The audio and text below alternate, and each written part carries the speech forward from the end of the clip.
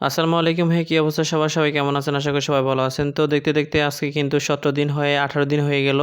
তো আমার কোয়েল পাখির বাচ্চাগুলো কিন্তু আস্তে, আস্তে ফোটা শুরু করছে। আর ৭ টা বাচ্চা কিন্তু অলরেডি ফুটে গেছে।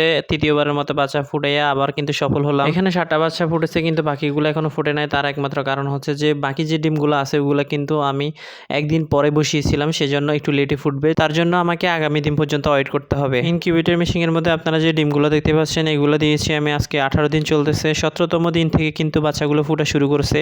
আজকে ১৮ দিন চলতেছে। সো আগামীকাল বাকি যে বাচ্চাগুলো আছে ওইগুলো কিন্তু ফুটে যাবে। ইনকিউবেটর মেশিনের মধ্যে আপনারা যে বাচ্চাগুলো দেখতে পাচ্ছেন এগুলো কিন্তু এখানে ২৪ ঘন্টা থাকবে। ডিম ফুটার পর এগুলোকে কোনো খাবার পানি দেওয়ার প্রয়োজন নেই, কারণ ২৪ ঘন্টা পরে তাদেরকে খাবার পানি দিতে হবে। আমরা অনেকেই জানি না কোয়েল পাখির বাচ্চাকে কত ঘন্টা পরে ব্রুডিংয়ে দিতে হবে। তাদেরকে সর্বোচ্চ ২৪ ঘন্টা পরে কিন্তু ব্রুডিংয়ে দিতে হবে। ২৪ ঘন্টা তাদেরকে কোনো খাবার না দিলেও তারা কিন্তু বেঁচে থাকবে, কারণ তারা ডিম থেকে পুষ্টি এমনকি খাবারগুলো তাদের মধ্যে রয়েছে, সেজন্য তারা বেঁচে থাকবে। আপনার কোয়েল পাখির বাচ্চাগুলো ফুটার ২৪ ঘন্টা পরে আপনি তাদেরকে খাবার পানি দিতে পারবেন, তাতে কোনো সমস্যা নাই। ২৪ ঘন্টা পরে খাবার দিলে বাচ্চাগুলো ঝরঝরা থাকবে এবং কি তারা খুব সহজে খাবার পানি খেতে পারবে। ইনকিউবেটর মেশিন এখন যে বাচ্চাগুলো দেখতে পাচ্ছেন এগুলোকে কিন্তু আমি এখন খাবার পানি কিছুই দেবো না। এগুলো ২৪ ঘন্টা ইনকিউবেটর মেশিনের ভিতরে থাকবে।